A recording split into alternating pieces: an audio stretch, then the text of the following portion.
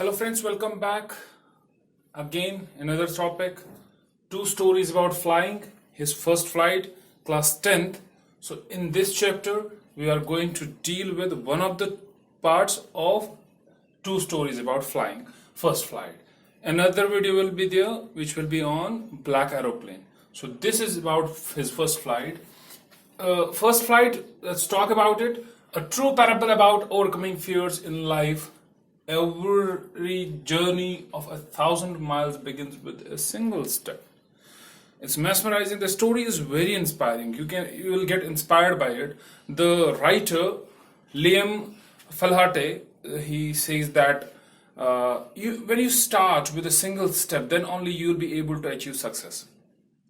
First, you need to take that single step towards anything. That means it's first initiative that you won't have to take. When you will take that initiative, that innovative initiative, definitely you'll be able to achieve success in your life. So he says that this chapter is about the fears in life a person feels and how he takes initiative to overcome those fears. So if you'll take initiative, you'll be able to overcome every problem. Conquer the fear and venture forth, and we realize that we were born with wings.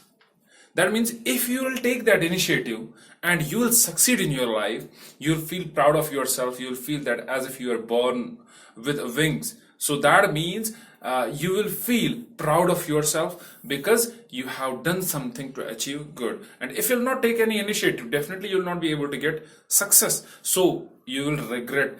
So whenever you get any kind of opportunity, you need to take an initiative for success. The chapter highlights the importance of independence, self-belief and confidence and the need of motivation to attain goals.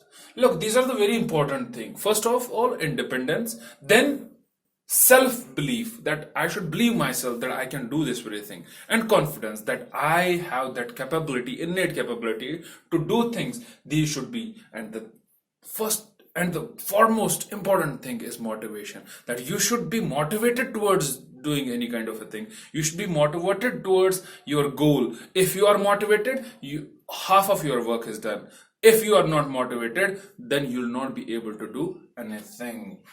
Necessity is always the mother of invention, but it sometimes needs an initial spark from outside. Look, we always keep on saying necessity is the mother of invention. Necessity is the mother of invention. But the point here, writer says that it's not that only necessity. Sometimes you need a spark.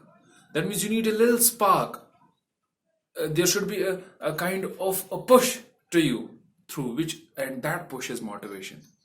That push should be there through which you will be able to get ready to fight for anything, fight for success. Then the story is also a metaphorical assertion that everyone needs to be independent even while staying involved in family life. But the joy of independence is not meant for cowards. Look, this is an important point again. Look, in fact, you will be accompanied by your family, you will be accompanied by everybody, but you should be independent as well. That means you should have that capability, you should have that motivation, you should get that success which will motivate you to be independent. God forbid, maybe something will happen with your family, you should be able to raise yourself up. You should be do good things in your future. You should be able to get success on your own. You should not depend on others for success. You should get success on your own. And it said that, but this joy of independence is not for everyone. It's not for cowards who are not able to take an initiative. It's for those who just are ready to take any initiative to get success. Now coming to the summary part. This is a story by Liam O. Falhate, who gives an account of a young seagull who's afraid to fly for the first time.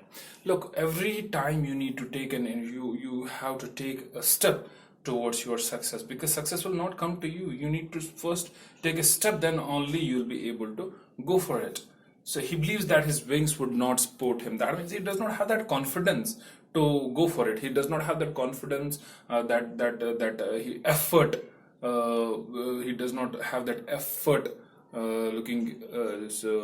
mind so that he can go for that problem. Despite his younger siblings being fearless, who are able to fly, though they have short wings than this very seagull, they're able to fly. He could not gather that courage to do the same. So courage is very important. Courage, confidence, and effort to do something.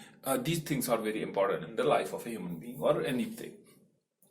He's punished by his parents to stay back onto the same bridge where he was born, and they move from there and they stay over and they eat, they cry, they enjoy the nature. So they enjoy everything. Though this seagull is able to see it for 1 or 2 days, he's not able to take any initiative. But after 2 days, when his mother feels that this child will die, so she comes up with a little food, a crumb of food in her beak, and just flies near the ridge.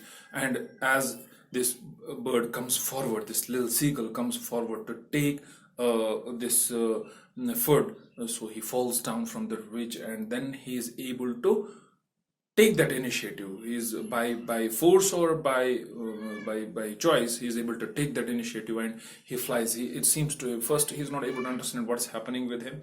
Then he feels that something as if he's floating into the air. So he is able to take his first flight. So one should trust one's ability, because the fear of suffering is worse than the fear of fearing itself. That means, look, if you have right now fear of suffering, it's not that problematic. But if you'll suffer in future, that is very problematic for you. So fear of suffering in right now in taking any initiative is not that problematic. You should take an initiative and suffer less than suffering in future a lot.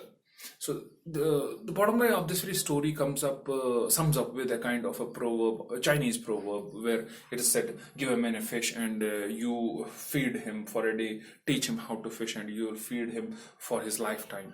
So it's like we parents or we teachers or we elders, we should just not always solve the problems of our younger ones. We should just expose them to these problems. We should give them exposure how to solve these problems, not to solve every time, but how to solve these problems, so that in future they will not depend on anybody, they'll not depend on us, they'll just do it independently, and they'll be able to achieve good things.